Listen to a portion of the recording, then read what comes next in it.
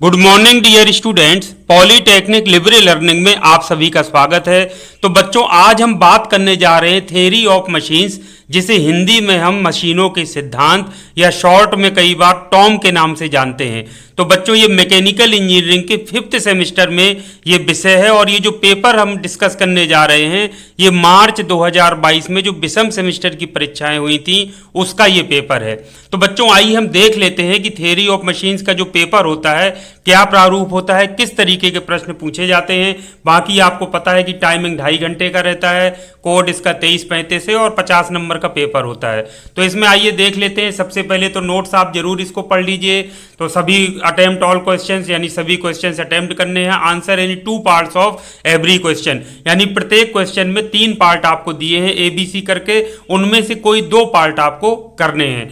दूसरा दिया है कि students are advise to specially check the numerical data of question paper in both versions, यानी इंग्लिश वर्जन में भी पेपर है और हिंदी वर्जन में है, तो न्यूमेरिकल डेटा आप दोनों में चेक कर लीजिए।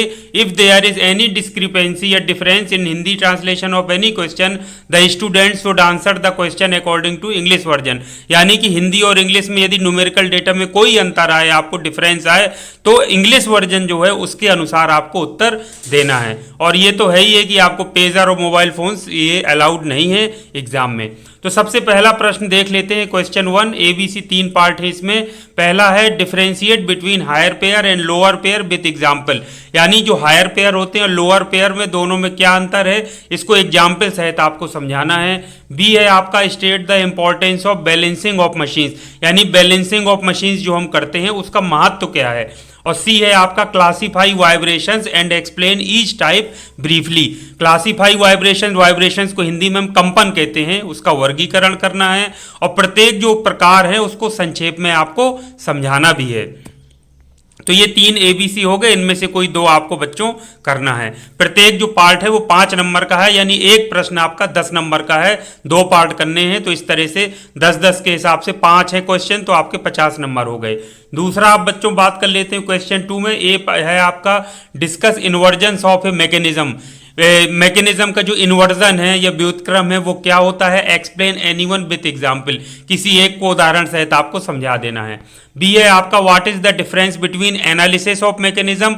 मैकेनिज्म का मतलब होता है यंत्रावली, एनालिसिस का मतलब होता है विश्लेषण, यानी यंत्रावली के विश्लेषण से आप क्या समझते हैं। और दूसरा है सिंथेसिस ऑफ मैकेनिज्म, यानी यंत्रावली का संश्लेषण। तो इनमें दोनों में अंतर बताना है, यानी एनालिसिस ऑफ मैकेनिज्म में और सिंथेसिस ऑफ मैकेनिज्म में आपको अंतर दोनों में समझाना है कि क्या अंतर, यानी यंत्रावली का विश्लेषण और यंत्रावली का संश्लेषण, इन दोनों में क्या अंतर है। सी है आपका explain the process of kinematic analysis of 4 bar mechanism. तो बच्चों, ये जो 4 बार मैकेनिज्म होता है उसका जो काइनेमेटिक एनालिसिस है तो वो आपको समझाना है, उसकी प्रोसेस क्या होती है वो पूरा आपको एक्सप्लेन करना है। अगला है तीसरा आप प्रश्न आ जाइए। ए है उसका why is dynamic force analysis necessary, यानी डायनेमिक फोर्स का जो विश्लेषण होता है वो क्यों आवश्यक है, इसको आपको बताना है। बी है आपका give the analytical method for the velocity and acceleration of A piston. Piston के लिए आपको वेलोसिटी मतलब वेग और एक्सीलरेशन मतलब त्वरण का जो ये एनालिटिकल मेथड होता है उसको आपको समझाना है। पूरा पिस्टन के लिए आपको चित्र बना करके आपको एक्सप्लेन करना है। सी है आपका explain the dynamic analysis of slider crank mechanism. जो स्लाइडर क्रैंक मैकेनिज्म होता है उसका डायनेमिक एनालिसिस जो होता है उसको आपको विस्तार से समझा देना है। तो 5-5 नंबर के तीनों पार्ट हैं, कोई भी 2 पार्ट आप कर सकते हैं। चौथा प्रश्न है आपका बच्चों ABC 3 है। तो ए है आपका what are the main advantages and disadvantages of V belt over flat belt drive. तो बच्चों, जो बेल्ट ड्राइव होती है उसमें आपको एडवांटेजेस यानी लाभ और डिसएडवांटेज यानी अलाभ बताना है वी वेल्ट के किसकी तुलना में, फ्लैट बेल्ट ड्राइव की तुलना में। तो फ्लैट बेल्ट ड्राइव की तुलना में वी वेल्ट के क्या लाभ और अलाभ होते हैं वो आपको समझाना है। बी है बच्चों डिफाइन वेलोसिटी रेशियो, यानी वेग अनुपात, और ये आपको परिभाषित करना है वेग अनुपात क्या होता है। फिर कह रहा है derive an expression for slip between belt and pulley. Belt and पुली के बीच में जो स्लिप होता है उसको आपको एक्सप्रेशन यानी कि समीकरण या एक व्यंजक उत्पन्न करके समझाना, या उसके लिए एक व्यंजक आपको उत्पन्न करना है, डिराइव करने को कह रहा है। यानी कि बेल्ट और पुली के बीच में स्लिप के लिए आपको व्यंजक भी उत्पन्न करना है या समीकरण स्थापित करना है। अगला है बच्चों सी, इसमें पार्ट है वो है आपका give any 5 terms of gear nomenclature. Gear बच्चों जो नामावली नामांकन होता है, यानी गियर में जो चित्र बना करके समझाते हैं कौन कौन सी जो नोमेनक्लेचर है, उसमें कोई 5 टर्म्स आपको समझा देना है और उनको एक्सप्लेन कर देना है। परिभाषा सहित लिख देंगे और चित्र बना देंगे तो आपका काम हो जाएगा, आपको पूरे नंबर मिलेंगे।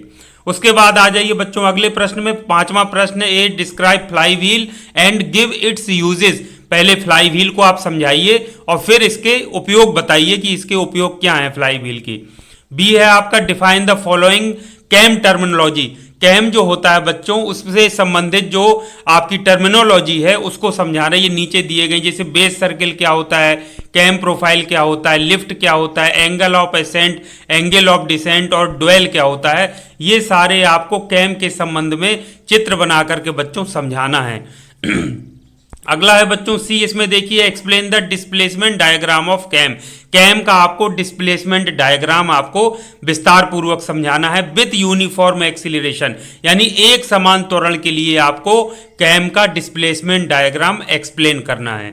तो ये बच्चों 5 प्रश्न हो गए अंग्रेजी में। उसके बाद आपको पता है हिंदी अनुवाद रहता है, तो हिंदी अनुवाद में वही सारी चीजें हैं। बार बार कहता हूं कि जो शब्द हैं, जो मेन जो हेडिंग्स हैं, सब हेडिंग्स हैं, जो मेन टेक्निकल वर्ड्स हैं, उनको अंग्रेजी में जरूर जानिए, क्योंकि हिंदी वर्जन में बहुत सारे शब्दों को हिंदी में रूपांतरण न करके सीधा सीधा अंग्रेजी में जैसे होते हैं वैसे का वैसे ही लिख दिया जाता है। तो बच्चे को कई बार हिंदी में आता है जिनको, और अंग्रेजी में नहीं पढ़े होते हैं, तो आता हुआ प्रश्न भी वो बच्चों सॉल्व नहीं कर पाते हैं। जैसे उदाहरण के लिए उच्च जोड़ी यानी हायर पेयर को कहते हो, निचली जोड़ी लोअर पेयर के बीच अंतर लिखिए। अब मान लीजिए हायर पेयर लोअर पेयर पता होना चाहिए, हो सकता था उच्च जोड़ी की जगह वो हिंदी में भी हायर पेयर लिख देता और निचली जोड़ी को लिख सकता था लोअर पेयर। तो हमको पता होना चाहिए अंग्रेजी में भी हिंदी में भी। फिर मशीनों के संतुलन के महत्व को बताएं, ठीक है। कंपनों को, कंपन मतलब वाइब्रेशंस को वर्गीकृत करें, प्रत्येक प्रकार को संक्षेप में समझाएं। दूसरा है बच्चों एक तंत्र के व्युत्क्रमों पर चर्चा करें। व्युत्क्रम इन्वर्जेंस ऑफ मैकेनिज्म, तंत्र ये उसको कह रहे हैं यंत्रावली, मैकेनिज्म को यंत्रावली भी कहते हैं और तंत्र भी कह रहे हैं, यहाँ पर लिख दिया है। चर्चा करें, किसी एक को उदाहरण से समझाइए। बी है आपका तंत्र के विश्लेषण और तंत्र के संश्लेषण में क्या अंतर है, यानी मैकेनिज्म को कह रहा है एनालिसिस और सिंथेसिस में क्या डिफरेंस है। सी है आपका 4 बार यंत्र के यानी 4 बार मैकेनिज्म गतिज विश्लेषण की प्रक्रिया की व्याख्या करें। तीसरा है गतिशील बल विश्लेषण क्यों आवश्यक है, और एक पिस्टन के वेग और त्वरण के लिए विश्लेषणात्मक विधि दें, पूरी विधि समझा देना है। स्लाइडर क्रैंक तंत्र के गतिशील विश्लेषण की व्याख्या करें। ये हिंदी में है। कई बार बच्चों हिंदी में आप देखिए काफ़ी कठिन और थोड़ा सा अजीब सा लगता है जो इनकी जो लिख के जो इसका जो अनुवाद करते हैं, तो इसलिए बच्चों मैं कहता हूँ कि इंग्लिश वाला जो वर्जन है उसको जरूर पढ़िए, उसको पढ़ने की, उसका उत्तर देने की प्रैक्टिस पहले से करिए, ना कि सीधे वहाँ पर ही अनुमान लगाइए कि क्या लिखा हुआ है। अगला है बच्चों चौथा, आप देखिए आवासा 3 पार्ट हैं। आ है फ्लैट बेल्ट ड्राइव पर वी बेल्ट के मुख्य फायदे और नुकसान क्या है, इसको बताना है। वेग अनुपात को परिभाषित करना है। बेल्ट और पुली के बीच स्लिप के लिए एक्सप्रेशन लिखिए। अब देखिए जो बच्चा हिंदी में पढ़ा होगा एक्सप्रेशन शब्द को नहीं समझ पाएगा, एक्सप्रेशन इंग्लिश वर्ड है, एक्सप्रेशन हिंदी में लिख दिया उसने। सा है आपको गियर के संबंध में कोई 5 परिभाषा लिखिए। तो गियर का चित्र बनाकर कोई 5 नोमेनक्लेचर की यहाँ बात हो रही है, नामावली की। उसके बाद बच्चों 5वां आगे प्रश्न हम आ जाते हैं। आ है इसमें फ्लाई व्हील का वर्णन करिए, इसको उपयोग बताइए, ठीक है। निम्नलिखित कैम शब्दावली को परिभाषित, फिर वही देखिए कैम शब्दावली को परिभाषित करना है। और देखिए जो अंग्रेजी में शब्द लिखे थे बेस सर्किल, बेस सर्किल को बेस सर्किल लिख दे। हो सकता है जो हिंदी मीडियम के बच्चे बेस सर्किल को कुछ और पढ़ करके बैठे हों। सर्कल को वृत्त कहते हैं, बेस सर्किल मतलब आधारभूत वृत्त या कुछ भी लिख करके या पढ़कर बैठे हो। कैम प्रोफाइल ये देखिए अंग्रेजी में, लिफ्ट देखिए अंग्रेजी, angle of ascent, angle of descent और डोयल सब अंग्रेजी में जैसा था बिल्कुल सेम टू सेम लिख दिया है। तो बच्चों इसलिए मैं कहता हूं कि यदि हिंदी में आपने वो शब्द पढ़े हो तो उसको अंग्रेजी में जरूर पढ़िए कि हिंदी में ये कहते हैं, अंग्रेजी में ये कहते हैं। चाहे हिंदी में पूछे चाहे अंग्रेजी में, आपको प्रश्न समझ में आना चाहिए, तभी आप उसका उत्तर दे पाने में सक्षम हो पाएंगे। अगला लास्ट प्रश्न है बच्चों, एक समान त्वरण के साथ कैम का विस्थापन आरेख समझाइए। तो कैम का विस्थापन आरेख समझा देना, डिस्प्लेसमेंट डायग्राम बताया था यूनिफॉर्म एक्सीलरेशन के केस में। तो इस प्रकार से बच्चों हिंदी वर्जन भी कंप्लीट हो गया। तो जो मैसेज मैंने आपको दिया है, मेहनत जरूर करिए, अच्छे से करिए, हिंदी इंग्लिश को अच्छे से पढ़िए, कम से कम प्रश्न अच्छे से समझ सकेंगे तो उसका उत्तर आप आसानी से और अच्छे प्रकार से लिख सकेंगे। आगे के लिए भी आपके कॉन्सेप्ट क्लियर होंगे। तो शुभकामनाओं सहित आज की इस वीडियो को यहीं समाप्त करता हूं। Thank you very much. आप सभी का दिन शुभ हो।